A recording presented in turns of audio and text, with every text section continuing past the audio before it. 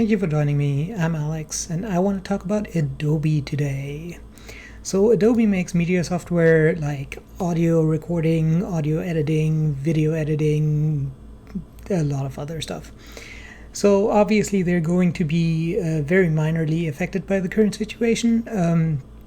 Obviously, if there's a recession, that would be much more of a problem, but since they're mostly geared at professionals, I really don't think that it's going to be a huge issue for them. Current price is $392.90, which gives them a market cap of $189 billion. Dividend is zero, and as is the standard with tech companies, I don't expect that to change, especially not anytime soon. Current revenue, $11 billion. Current earnings, $3 billion. That's 3.0 up from 2.5 something. So that's pretty significant earnings growth there, pretty significant revenue growth as well. And that gives them a PE of 60 with a forward PE of 39, which is obviously way high. Total assets, $21 billion. Total liabilities, $10 billion, which gives them a total stockholders' equity of $10.5 billion. Obviously, it looks like pretty much everything is on the right track.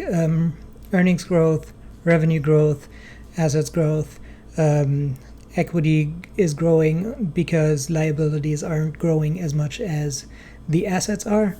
Overall, obviously, for a dividend investor, there's no dividend and there's nothing here for you. For a growth investor, I really don't think that the growth is good enough for a growth stock.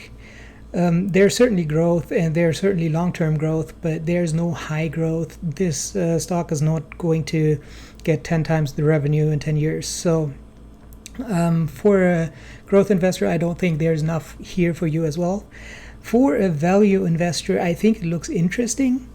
It's just that the valuation is way too high. So I think that especially in the current situation, there are so many other good value stocks out there that we don't need to grasp at straws with a forward PE of 39.